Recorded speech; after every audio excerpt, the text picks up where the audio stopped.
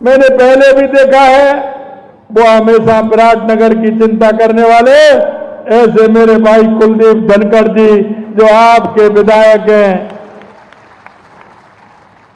भाई जम्मा रामगढ़ के विधायक महेंद्रपाल जी मीणा साहब, बहरोड के विधायक पूर्व मंत्री पार्टी के वरिष्ठ नेता भाई जसवंत यादव जी, विधायक कोटपुतली हंसराम जी पटेल साहब, विधायक बांसुर देवी सिंह जी शेखावत साहब, प्रदेश के प्रदेश मंत्री भाई भूपेंद्र सैनी जी, सतवीर यादव जी जिला प्रभारी, राजेंद्र यादव जी पूर्व मंत्री, श्याम जी शर्मा पार्टी के हमारे जिला अध्यक्ष, उम्मेद सिंह जी पार्टी के जिला अध्यक्ष, राजेश गुर्जर जी पार्टी के हमारे जिला अध्यक्ष, रमा चोपड़ा जी जिला प्रमुख, दीनदयाल कुमावत जी पूर्व जिला अध्यक्ष, उपेंद्र यादव जी प्रत्याशी हमारे शाहपुरा, निर्मल कुमावत जी प्रत्याशी हमारे, मुकेश जी गोयल, गणपति वर्मा, भुवनेश्वरी देवी जी, सत्येंद्र दैया जी, ओंकार जी, अमित जी जाखड़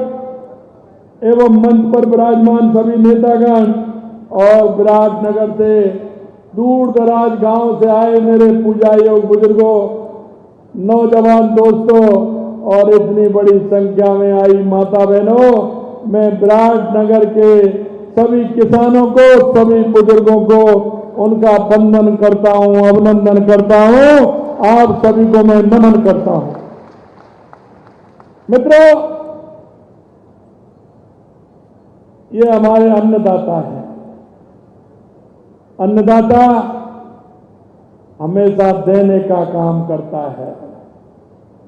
अन्नदाता को कोई कितना भी दे, लेकिन अन्नदाता जितना देता है इतना कोई नहीं दे सकता। ये हमारे अन्नदाता बैठे हैं, मैं आपको नमन करता हूं, वंदन करता हूं। हमारे यहां हमने देखा है, हमारी सरकार बन गई क्योंकि एक किसान बेटा होने के नाते मन में ये बात थी कि राजस्थान के अंदर आज अगर हमारे किसान भाइयों को सबसे बड़ी परेशानी है तो वो पानी की परेशानी है। कभी हमारा ये राजस्थान, हमारा ये पूर्वी राजस्थान से लेकर के ये पूरा इलाका पानी से परेशान रहता था। कई नदियां आती थी, अच्छी बारिश होती थी, हमारे सभी तालाब, सभी कुंड हमारे भर जाते थे, किसान को किसी भी तरह से परेशानी नहीं थी।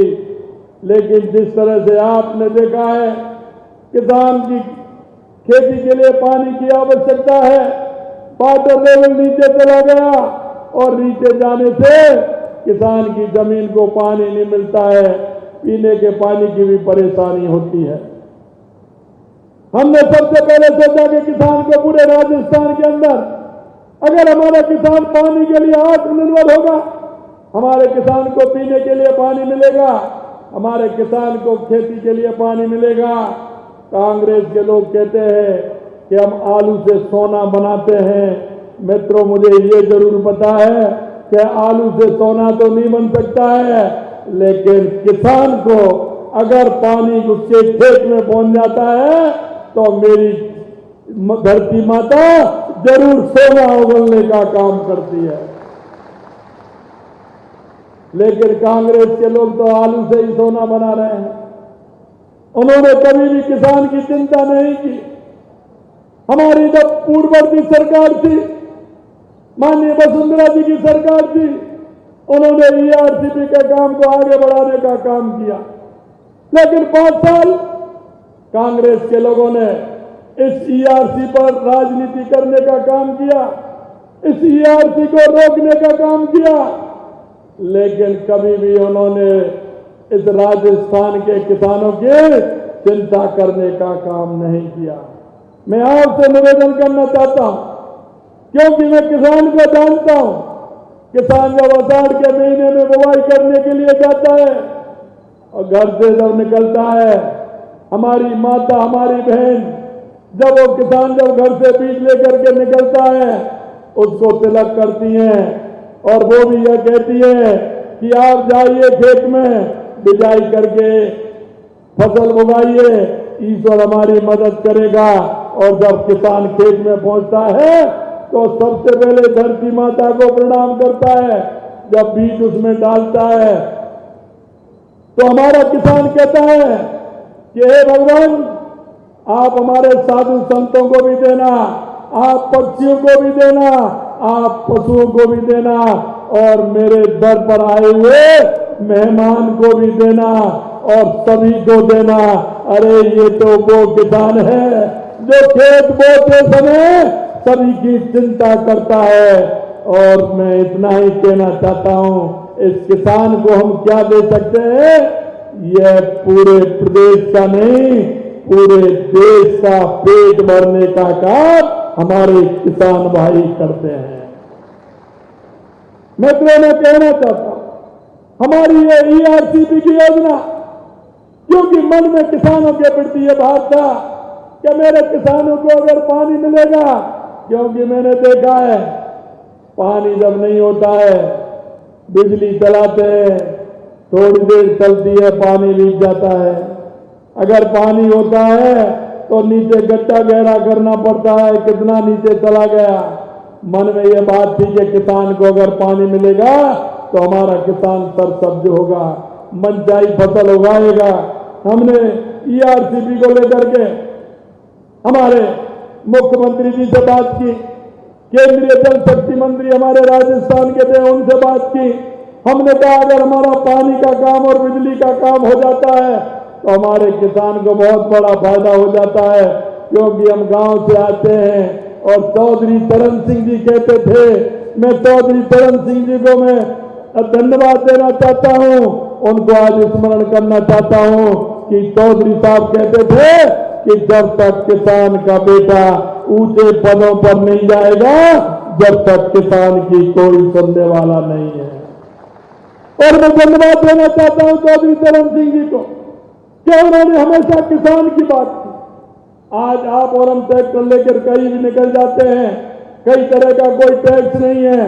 किसानों को बैंक से पैसा दिलवाने का काम, किसानों के ट्रैक्टर को फ्री करने का काम, किसान की वकालत करने का काम अगर इस देश के अंदर किया तो चौधरी चरण सिंह जी ने करने का काम किया। चौधरी चरण सिंह जी ने अगर दोबारा किसान की समस्या को समझने का काम किया तो हमारे देश के पूर्व प्रधानमंत्री अटल बिहारी वाजपेयी जी ने किया, जो किसान प्रधानमंत्री ग्राम सड़क योजना के माध्यम से किसान के हर गांव को सड़क निकालने का काम देश के यशस्वी पूर्व प्रधानमंत्री स्वर्गीय अटल बिहारी वाजपेयी जी ने किया।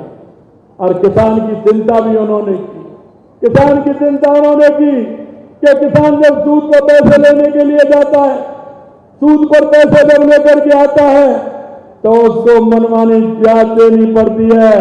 उन्होंने किसान क्रेडिट कार्ड दे करके किसान को सम्मान देने का काम किया, तो अटल बिहारी वाजपेयी जी ने किया। अगर उसके बाद किसानों की चिंता की तो देश के यशस्वी प्रधानमंत्री नरेंद्र मोदी जी ने की। 2014 के बाद देश को बदलते हुए भाई और बहनों आपने देखा होगा, देश को 2014 के बाद अगर परिवर्तन लाना देखा होगा तो देश के यशस्वी प्रधानमंत्री नरेंद्र मोदी जी ने किया है। देश के प्रधानमंत्री नरेंद्र मोदी जी ने किसान सम्मान निधि से लेकर के, किसान की फसल बीमा से लेकर के, किसान के क्रेडिट कार्ड की सीमा बढ़ाने से लेकर के देश के यशस्वी प्रधानमंत्री नरेंद्र मोदी जी ने काम किया है। और आप देख सकते हैं 2014 के बाद उन्होंने चाहे किसान हो, चाहे मजदूर हो, युवा हो, महिला हो, उस क्षेत्र में उन्होंने काम किया है। और देश में इतना बड़ा बदलाव, चाहे हमारी गरीब कल्याण की योजनाएं हो, हर गरीब कल्याण की योजनाओं को जोड़ने का काम किया है।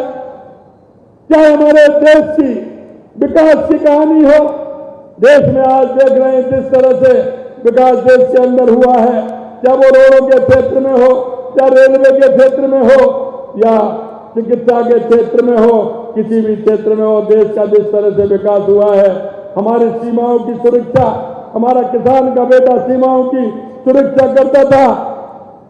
यहां तक कि कई देखा होगा जब 2014 से पहले की अगर मैं बात करूं, हमारी सीमा पर हमारे जो सैनिक थे वो कुछ नहीं कर पाते थे, क्योंकि उनके हाथ बांध रखे थे।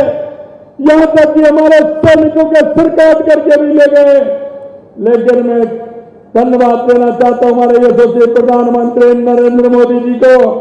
उन्होंने सेना का हौसला भी बढ़ाया और उन्होंने कहा कि अगर उधर से एक गोली आएगी तो इधर से भी गोला जाएगा। और उसके लिए आपने देखा है जिस तरह से हमारी सीमाओं को सुरक्षित करने का काम किया है। उनको पता था किसान का बेटा सीमा पर रह करके सुरक्षा करता है। उन्होंने उस बेटे को भी वन रैंक वन पेंशन का वादा देने का काम देश के यशस्वी प्रधानमंत्री नरेंद्र मोदी जी ने किया। यही नहीं मेरे भाई और बहनों, अगर दुनिया में भारत का गौरव बढ़ाने का काम किया तो देश के यशस्वी प्रधानमंत्री नरेंद्र मोदी जी ने किया। मैं आपसे इतना ही कहना चाहता हूं कि राजस्थान के अंदर हम ERCP योजना, आपने देखा है कि हम 28 जनवरी को हमने समझौता किया था। हमारे मध्य प्रदेश के मुख्यमंत्री भाई मोहन यादव जी, हमारे जल शक्ति मंत्री और हम स्वयं जाकर के हमारे तीनों राज्यों को समझौता किया। समझौते के आधार पर हमने आगे काम बढ़ाया। यही नहीं मेरे भाई और बहनों, कल भी आपने देखा होगा मेरा कार्यक्रम था कोटपुतली के अंदर, लेकिन 2 दिन पहले तय हुआ कि भोपाल जाना है। कुछ अधिकारियों द्वारा उसमें जो थोड़ी बहुत कमी है उनको पूरा करना है और उसमें उस ERCP का मूल रूप देना है। हमारी DPR का काम चल रहा है और मध्य प्रदेश की DPR भी काम कंप्लीट हो गया। कल हमारा ये जो छोटा मोटा थोड़ा उसमें कहीं दिक्कत थी वो भी पूरी हो गई। कल भोपाल जाकर के ERCP की सारी अड़चनें खत्म करके आने वाले समय में हमारी ERCP सभी जगह जाएगी। मैं सुन रहा था हमारे कुलदीप जी कह रहे थे, अरे कुलदीप जी ये विराटनगर है, ये पौराणिक नगरी है, ये ऐतिहासिक नगरी है। आपने देखा होगा यहां भगवान कृष्ण ने जब उनको अज्ञातवास दिया गया था तो भगवान कृष्ण ने विराट राजा जब यहां थे, विराट राजा के यहां हमारे 5 पांडव, आज भी वो ऐतिहासिक नगरी है। निश्चित रूप से आपने कहा है पर्यटन की दृष्टि से हम इस विराटनगर को जोड़ने का काम करेंगे। यही नहीं मेरे भाई और बहनों, ये विराटनगर है, ये विराटनगर की धरती है। यहाँ बहुत पौराणिक मंदिर भी है, यहाँ की धरती पवित्र है और यहाँ का पौराणिक से बात करें तो यहाँ बहुत बड़ा इतिहास यहाँ रचा गया है। मैं आपसे इतना कहना चाहता हूँ, ERCP का जहां तक सवाल है, निश्चित रूप से आने वाले समय में हमारे जो 13 जिले हैं, अभी जसवंत यादव कह रहे थे कि भाई कोटपुंज विराटनगर तक आ गया तो मेरा भी है भैरोड। मैंने कहा चिंता मत करिए, भैरोड हो या बानसूर हो या अलवर हो, ये हमारे 13 जिले इसमें है। इसमें हम ज्यादा से ज्यादा जो हमारे तालाब है, हमारे बांध हैं, उनको भरने का काम करेंगे। कल मैं मध्य प्रदेश गया था तो आपने देखा होगा जैसे यहां किया है, हमारी पार्वती, काली सिंध और चंबल नदियां जो 3 हमारा PKC ERCP के माध्यम से जो उनमें हमारा पानी आना है, उन तीनों नदियों को जोड़ करके हमारे बांध बनेंगे और उस पानी को यहाँ लाया जाएगा। बीसलपुर बांध के माध्यम से हमारे प्रदेश में चंबल का पानी बहकर समुद्र में चला जाता था, उसको भी हमने किया है कि ज्यादा से ज्यादा हमारे किसानों का लाभ हो। यही नहीं मेरे भाई और बहनों, हमने राजस्थान के संदर्भ में सोचना है। राजस्थान की हमारी उपजाऊ भूमि है, हमारी जमीन उपजाऊ है।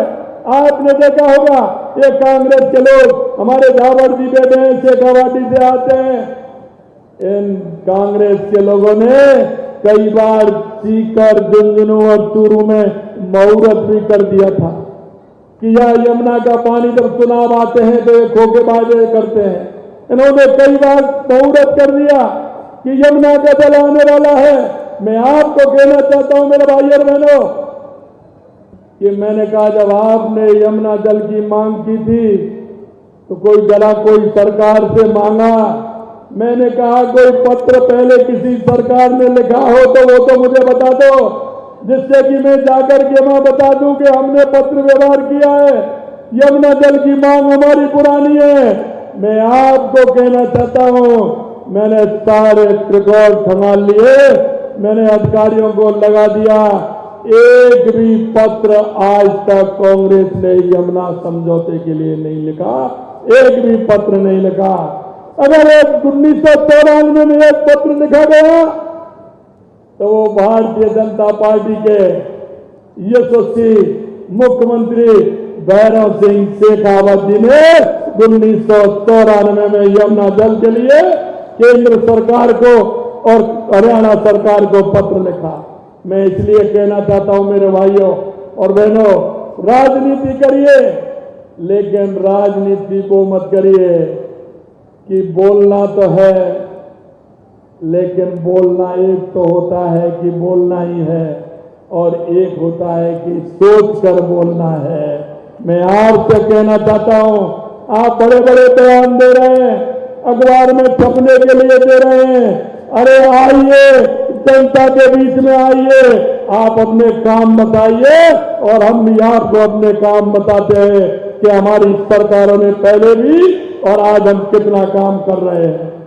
मैं आपसे इसलिए कहना चाहता हूं, मैंने जब बात रखी हरियाणा के हमारे पूर्व मुख्यमंत्री मनोहर खट्टर जी और हमारे जल शक्ति मंत्री जी, जब मैंने माननीय यशस्वी प्रधानमंत्री नरेंद्र मोदी जी से निवेदन किया कि हमारी ये दो बड़ी मांगे ERCP योजना और यमुना जल अगर हमें मिल जाती है तो हमारे राजस्थान का किसान हमारा सर सब्ज हो जाएगा और हमारे राजस्थान के किसान को इससे बहुत बड़ी सुविधा हमारी मिलेगी, जिससे हमारा किसान, ये भी काम हमने किया है। यही नहीं, हमारी पंजाब के अंदर हमारी नहर जो बनी हुई है इंदिरा गांधी नहर, वो कच्ची है। जब पानी का प्रेशर उसमें आता है तो वो कहीं से टूट जाती है और एक बार टूटती है तो एक टूटने के बाद 5 दिन तक बंद रहती है। 5 दिन बाद पानी आता है, वो बनती है, जब जाकर के पानी आता है। हमने तो पता है ना, आपने देखा होगा, अब तो पाइप से पानी आता है, नहीं पहले डॉट से पानी ले जाते कि नहीं ले जाते थे। अगर पानी वहां रह जाता था तो उसको इंजन को बंद करना पड़ता था, जब जाके उसको डालते थे फिर खेत में पानी पहुंचता था। यही स्थिति नहरों की होती है। तो हमने कहा अगर ये रहेगी तो हमारा किसान परेशान रहेगा। उसके लिए भी हमने 1400 करोड़ रुपए केंद्र से मंजूर करा करके उसको भी पक्का करने का काम हमारी सरकार ने किया। यही नहीं, मैं आपको इसलिए बता रहा हूं कि पानी हमारे राजस्थान के लिए जरूरी है। हमारी उदयपुर की हमारी अरावली की पहाड़ियां है।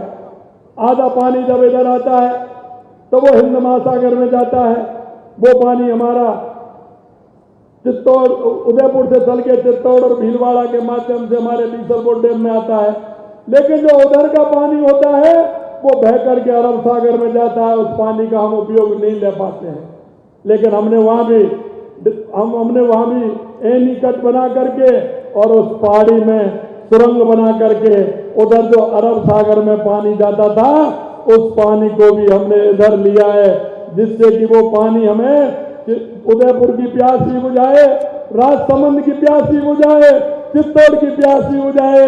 अगर इंद्रदेव अगर मेहरबान हो तो वो पानी हमारा बीसलपुर में आए तो वो आपके यहां तक भी आए। उस काम को भी करने का हमने प्रारंभ किया है और उसका भी हमने शिलान्यास किया है। मैं आपसे इतना ही कहना चाहता हूं मेरे भाई और बहनों, नर्मदा का हमारा पानी आता है, नर्मदा का पानी हमारा सातौर और बाड़मेर तक आता है।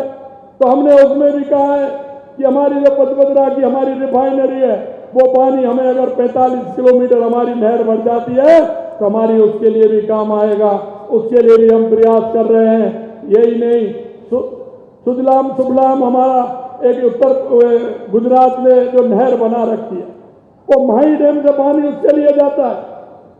हमने निवेदन किया है हमारे केंद्रीय जल शक्ति मंत्री जी से, क्योंकि वहां भी हमारा माही डैम से पानी जो बांसवाड़ा के अंदर है वहां से जो पानी निकल करके जाता है वो पानी बेकार जाता है।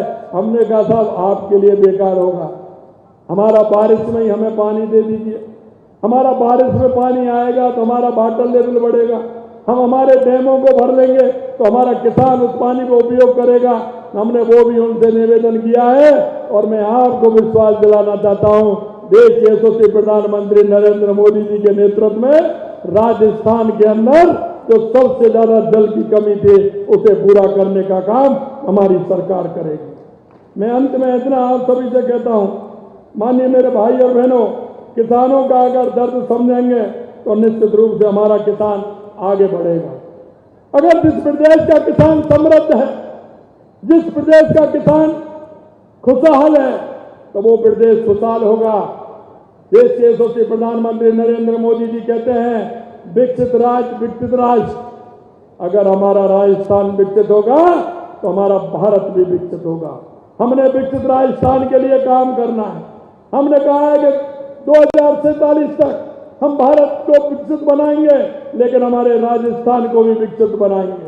हमारी जितनी भी योजना है उन योजनाओं को भी लेकर के आएंगे। यही नहीं, आपने देखा होगा जब से हमारी सरकार आई है लगातार, आपने देखा होगा जिस तरह से हमने लगातार काम किए हैं। मित्रों, मैं आपसे कहना चाहता हूं, आपकी कोई मांग नहीं थी। हमारी सरकार आते ही मार्च के महीने में, उससे पहले हमने पहली कैबिनेट में हमने कहा किसानों की फसल आने वाली है, मार्च के महीने में फसल आने वाली है। हमने कहा कि 2275 रुपये गेहूं का मूल्य है, गेहूं का मूल्य है। हमने 125 रुपये MSP बढ़ा करके 2400 रुपये करने का काम हमारी सरकार ने किया। अगर कोई दूसरी सरकार होती तो मार्च के महीने को निकाल देती, मार्च के महीने को निकाल देती तो उसके बाद करती, तो क्या मेरे किसान को फायदा मिलता? क्या मैं आपसे पूछना चाहता हूं, किसान को फायदा मिलता क्या? हमने तुरंत हमने 1 जनवरी से ये लागू कर दिया कि किसान को 125 रुपये किसान को बोनस मिले।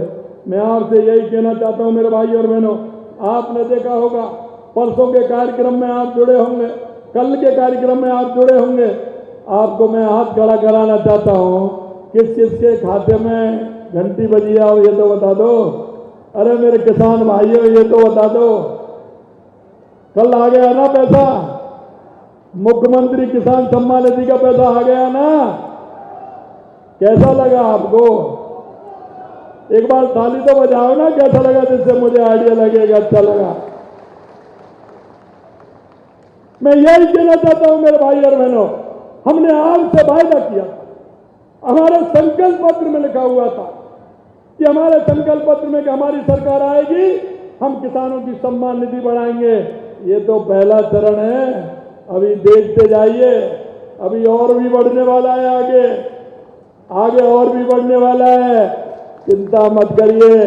आप देख रहे हो मंच पर ये किसान के बेटे हैं अधिकतर जो देख रहे हो, चाहे जसवंत सिंह जी हो, विजय सिंह जी हो, सुरेश जी हो, धावर सिंह जी हो, देवी सिंह जी हो, कोई भी हो, और ये आपके देखो कुलदीप जी, ये तो है ही किसान के बेटे।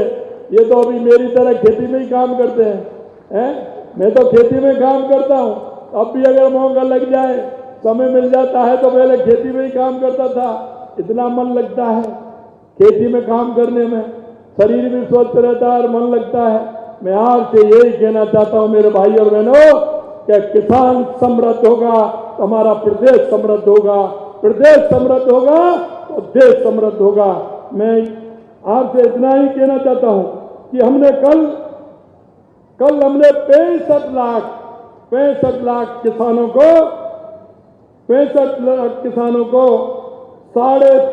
650 करोड़ रुपए, 1000 रुपए सभी किसानों के खाते में डलाने का काम किया।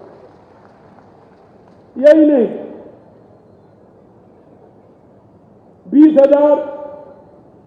फार्म पौंड निर्माण हेतु हमने किसानों को लोन देने का काम किया है। 51 नवगठित महिला ग्राम सेवा सहकारी समितियों को हिस्सा राशि के रूप में 300 लाख करोड़ रुपए इसको भी देने का काम किया है। हमने प्रदेश के किसानों को 350 करोड़ रुपए ब्याज मुक्त अल्पकालीन ऋण देने का भी हमने काम किया है। और किसान को फ्री में किट, जो बीज की किट है, उसे भी देने का हमने लघु और सीमांत किसानों को वो भी हमने काम किया है। आने वाले समय में, क्योंकि हमें पता है कि किसान किस तरह से खेती में काम करते हुए अपने काम को अंजाम देता है, लेकिन मैं आपसे एक जरूर मैं निवेदन करना चाहता हूं, और वो मैं इसलिए करना चाहता हूं कि मैंने देखा है कि हम परंपरागत जो खेती कर रहे हैं उसमें हमें कुछ बदलाव लाना होगा। हमें उसमें कुछ बदलाव लाना होगा, और वो बदलाव इसलिए लाना होगा कि कहते हैं ना कि हारी जंग पर कौन लड़ता है, हारी हुई जंग पर कौन लड़ता है, तो हारी हुई जंग पर एक किसान ही है जो वो लड़ता है। अगर कोई फसल अगर नहीं होती है तो अगली बार भी उसको फसल वो नहीं पड़ती है, वही फसल आखिर किसान क्या करेगा। इसलिए मैं कहना चाहता हूं कि बदलते हुए समय में हमारी खेती को भी बदलना है। आधुनिकता के हिसाब से जिस खेती में मुनाफा की खेती हमें करनी है, मैंने देखा है, मैं आने वाले समय में कुछ किसान भाइयों को, कुछ हमारे कृषि वैज्ञानिकों को मैं कई जगह में भेजने वाला हूं। दुनिया के उन देशों में भेजने वाला हूं जहां कृषि बढ़िया अच्छी होती है, मुनाफा की खेती होती है, जिससे वो यहाँ करके बताएं, उसके बीज भी उपलब्ध कराएं, कम पानी में किस तरह से खेती होती है, ये आपको भी करना है, जिससे मेरे किसान भाइयों को ज्यादा से ज्यादा लाभ हो।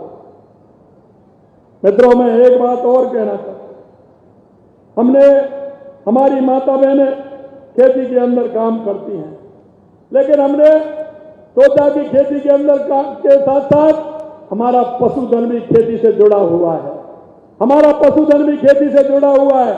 हमने कहा किसान क्रेडिट कार्ड तो मिलता है, लेकिन गोपालक कार्ड भी मिलना चाहिए। हमने हर किसान के लिए 1 लाख रुपए का गोपालक कार्ड भी बनवाने का काम किया है, जिससे हमारा किसान खेती के हिसाब से पशुधन का भी लाभ उठा सके, क्योंकि उसे आवश्यकता होती है। जब हम रिश्तेदारी में जाते हैं, कहीं हम मिलने जाते हैं, तो सबसे पहले क्या पूछते हैं, भाई खेती बाड़ी कैसी है। दूसरे नंबर पे क्या पूछते हैं, दूध वूध हो रहा है कि नहीं हो रहा है। पूछते हैं कि नहीं पूछते हैं? यही पूछते हैं ना, पीछे वाले किसान भाइयों से कह रहा हूं मैं, यही पूछते हैं ना।